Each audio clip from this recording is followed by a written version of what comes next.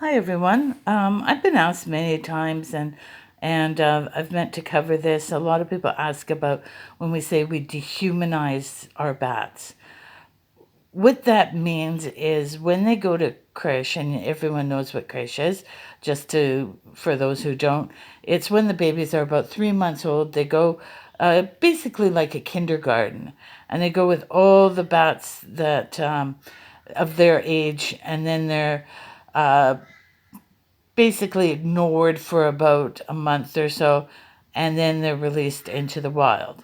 So they go in with bats their age. So, say all the babies that were born in September would go together. All the babies in November, December, and so on. So they're all age appropriate because you don't want a younger one in with an older one, and then you might have problems and that. So they just like when we pair them up, we always pair them up with the same age. Also, you don't put a 6 week old with a 1 week old.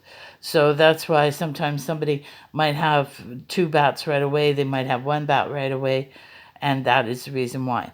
So, anyways, back to dehumanizing. When they're in there, of course, they're coddled and everything before they go. So they are usually a little bit upset, and the Kirsch mother will go in there and they'll want to go on the Kirsch mother. Now the Kirsch mother will just ignore them. She'll walk past them as if they're invisible, and they're higher up than, say, if they were an aviary in someone's home. This is a beautiful aviary that they have out there at Batavia, and so the bats are up higher, so they're not really in contact with the humans unless there's somebody that's a very needy bat and has crawled down. So she'll just ignore it. She'll walk circles around it. If they fly to you, she'll just take it off, put it back on. Just it kept ignoring. Now there'll be wild bats in there. So what happens is the wild bats seem to explain to them or tell them to stay away from humans. So they learn to be bats pretty quickly, and they're not like birds that will imprint on people. So that is the good thing with bats, is they learn to be bats very, very quickly. So then once they're basically, she knows, she's been doing this for a long time, so she knows if a bat is ready. If a bat isn't ready, it will go in the next group. So it can be held back. No bat is just thrown out into the wild if it's not ready. So then once they're ready, they are set free. So don't ever think that our bats are abused or anything, or treated terribly when they go to Kirsch. They get the best food, they get the best protein powders. They are like little superheroes when they leave.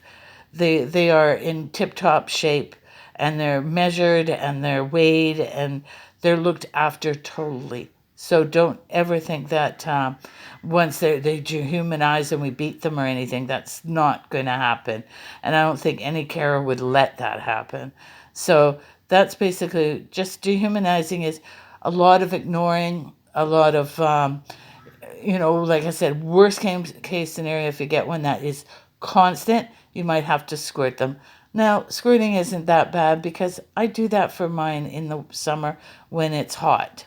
So, it's not going to hurt them. But like I said, it's a matter of life and death when they're out in the wild. So that's basically that. James is he just had his lunch, and now he's having a nap. So have a great day, everyone. And thank you so much for your time. And if you'd like, if you haven't, subscribe to our channel. And I know you don't like my rambling, or you might, but if you don't like it, there's always the volume thing. You could just sit there and stare at James, or yeah, maybe put some music to it, or sit there with earphones on and don't have to listen to me. So have a great day, and thanks so much for your time. Bye.